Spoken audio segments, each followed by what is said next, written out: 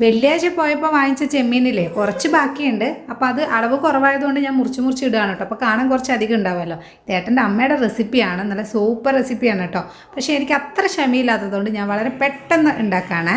ചെമ്മീനിലേക്ക് കുറച്ച് കറിവേപ്പില, ഉള്ളി, ഇഞ്ചി, പച്ചമുളക്, അതുപോലെ തന്നെ വെളുത്തുള്ളി, തേങ്ങ, ഇനി ഉപ്പ്, മഞ്ഞൾപ്പൊടി, മുളക് പൊടി ചേർത്ത് നന്നായി തിരുമ്മി ഒരു ഗ്ലാസ് വെള്ളം കൂടെ ചേർത്തിട്ട് വേവിക്കാനായിട്ട് വയ്ക്കുക. ലോ ഫ്ലെയിമിൽ വേവിച്ചെടുക്കുക.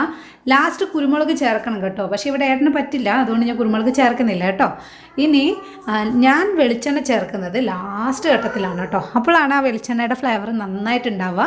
അപ്പോൾ ഇതാ നമ്മൾ വേവിക്കാനായിട്ട് വെക്കുന്നുണ്ട്. ലോ ഫ്ലെയിമിൽ വേവിക്കണം, അത് പ്രത്യേകം ഓർമ്മിക്കണം കേട്ടോ. അപ്പോൾ ഇത് വെന്ത് വരുമ്പോൾ നല്ലൊരു മണം ഉണ്ടാവും കേട്ടോ. എല്ലാം നന്നായിട്ട് വെന്ത് കഴിഞ്ഞിട്ടാകുമ്പോൾ നമുക്ക് പച്ച വെളിച്ചെണ്ണയും കൂടി ഒന്ന് തൂവി കൊടുക്കുക. ഇനി ഒന്ന് കുറച്ച് പറ്റി വരട്ടെ കേട്ടോ.